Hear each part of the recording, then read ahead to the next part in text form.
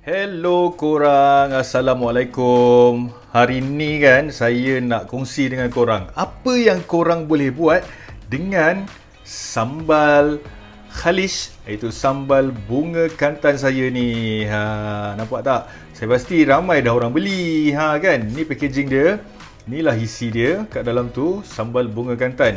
So saya nak share dengan korang hari ni, korang boleh buat apa dengan sambal bunga kantan ni dengan bahan yang sangat minima. Okey, jom saya tunjuk. Alright, so ini antara bahan-bahan yang kita akan gunakan untuk buat nasi goreng sambal bunga kantan khalish by Kal Shafiq. Alright, so bahannya mudah je. Kita ada udang. Ya, udang tu saya dah buang dia punya belakang, lepas tu saya dah cuci. Dan kemudiannya kita ada telur. Saya gunakan 3 biji telur sebab 3 orang yang nak makan. So lepas tu saya ada ikan bilis yang telah pun dibuang dia punya perut dia. Okey, itu saja bahannya. Dan kalau korang suka sayur, korang nak letak sayur ke, carrot ke, itu terpulang kepada selera masing-masing. So pertama sekali saya ada minyak masak. Ni dia. Kita tuangkan minyak masak dekat dalam kuali kita yang telah pun panas. Panaskan kuali. Kenapa saya masukkan minyak walaupun saya punya sambal dah ada minyak? Sebab saya nak menggoreng ikan bilis kita. Okey, kita tunggu sekejap minyak kita panas. Okey, sekarang ni minyak kita pun dah panas. Saya masukkan kita punya ikan bilis. Kita goreng dulu ikan bilis ni sebabnya saya nakkan perisa ikan bilis tu dalam nasi goreng nanti.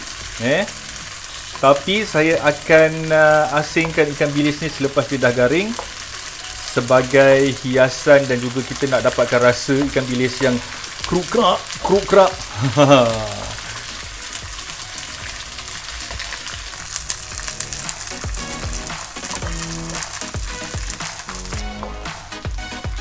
Alright, so ikan bilis kita dah garing. Kita pun angkat ikan bilis kita. Okey. Asingkan dia. Dan kemudian nanti kita akan gunakan ikan bilis ni untuk hiasan nasi goreng kita. Dan yang pentingnya rasa nasi goreng kita nanti dia ada rangup-rangup.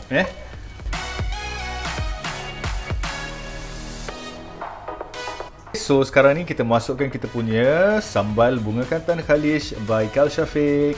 Alright, kita dah buka. Saya dah buka dia punya sila dia tadi. Kita buka dia punya sambal ni. Lepas tu kita cuma masukkan sahaja. Saya pakai 3 sudu. Okey, 2 sudu setengah saya pakai. So, tumis dia sekejap. So, kita tumis dia sekejap menggunakan minyak goreng ikan bilis tadi.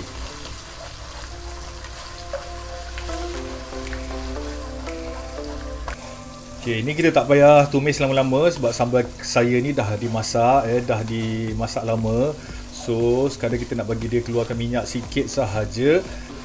Dan kemudian kita masukkan kita punya bahan seterusnya, iaitu udang. Okey, masukkan udang.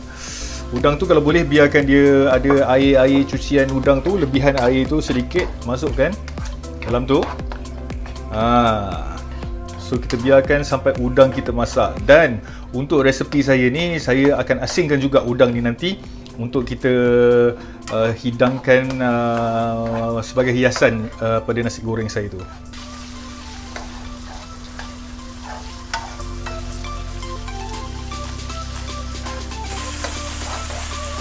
Okey, udang kita dah pun masak. So saya akan angkat udang ni satu-satu. Okey, asingkan udang. Udang ni kiranya dah pun dimasak bersama dengan sambal tadi tu, ataupun saya jadikan sambal tu sebagai paste.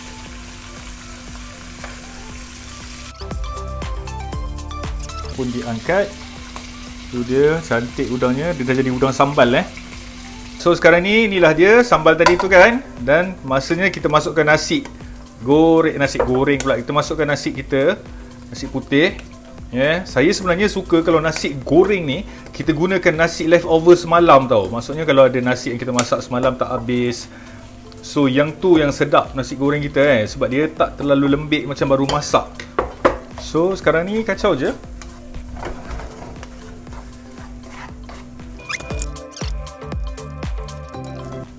Boleh tambah lagi nasi kalau suka, nak tambah nak banyak-banyak sikit kan.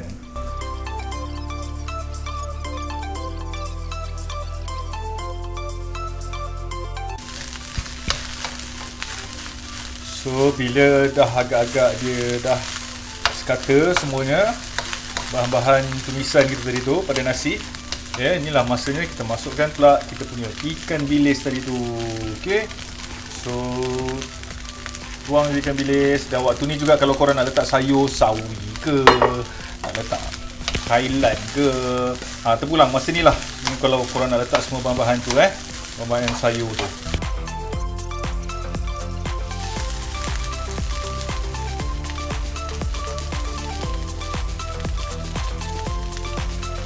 Tutup kita punya api dan kemudian angkatlah kita punya nasi goreng inilah. Okey.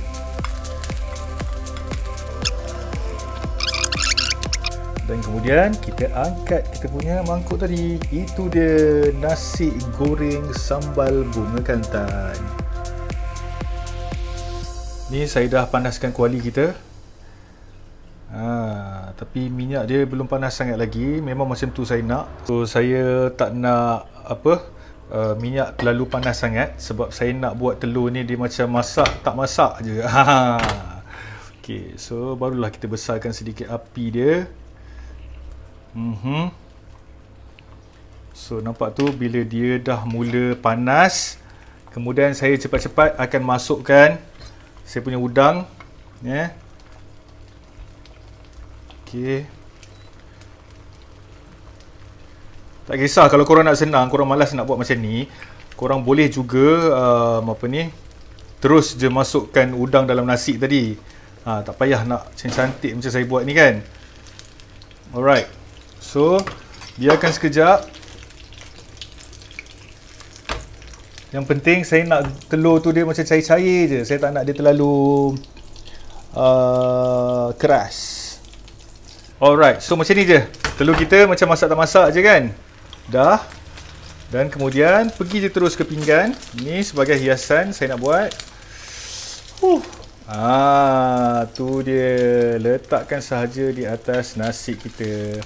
Kurangkan minyak lah kalau korang tak nak minyak banyak Sentuh saja. Nampak tak? Dia macam ada nasi, ada udang dan juga nasi goreng kita. Okey, nasi goreng kita dah siap. Kalau korang ada ulam-ulaman dekat rumah korang, korang bolehlah letakkan ulam-ulaman. Macam saya ada daun gajus ni. Ni favourite saya ni tau. So kita masukkan daun gajus. Lepas tu letaklah timun kan. Hiaskan dia. Nampaklah ada colour sikit, hijau. Ada warna-warna lain. Kalau nak letak cili pun tak ada masalah, boleh je. Okey.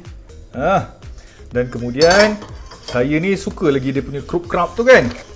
So, saya tambahkan pula dengan sedikit keropok belinjar. Memang sedap. Dia ada rasa macam pahit-pahit sikit kan. Lepas tu ada pedas-pedas punya nasi tu. Dan dah siap dah pun. Inilah dia nasi goreng sambal bunga kantan berselimut telur.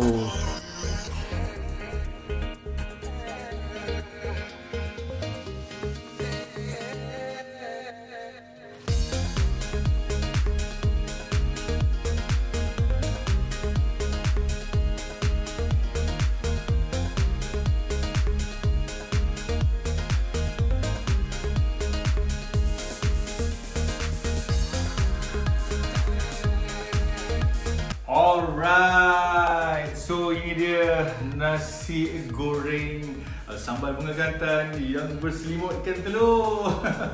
Alright, so tiba masanya kita nak mahap pun boleh, melahap ataupun makan. Bismillahirrahmanirrahim. Allahumma barik lana fi ma razaqtana wa qina azabannar. Amin. Nasib baik tak kena garpu. Nanti kan jadi kasim selamat pula Okey, mari kita rasa dulu. Nasi goreng saya ni. Saya tadi masak, saya memang yakin je, saya tak rasa kan. So, yakin sedap je. Bismillahirrahmanirrahim.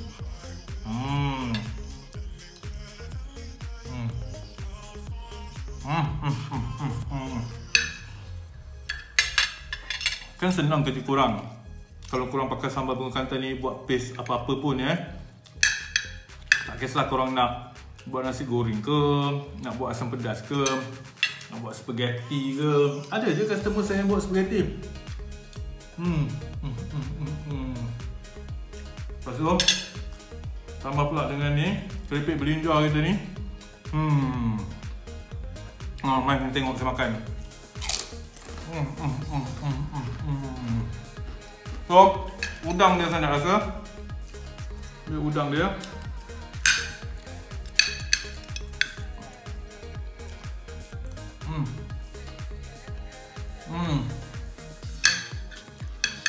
Kalau korang teringin nak buat nasi goreng yang simple macam ni, rasa bunga kantan tu ada masam, ada rasa manis-manis sikit, ada rasa masin-masin sikit. Lepas tu pedas. Alright, so korang tunggu apa lagi? Korang dapatkan cepat-cepat sambal bunga kantan by Khalish Al-Syafiq. Ini dia. Dan senangkan hidup korang. Korang nak makan dengan nasi putih macam tu sahaja pun boleh, nak makan dengan roti pun boleh, tak ada masalah. Alright, saya cuma bagi cara saja, korang yang akan tentukan macam mana. Okay, saya nak teruskan makan. Wow, sedapnya.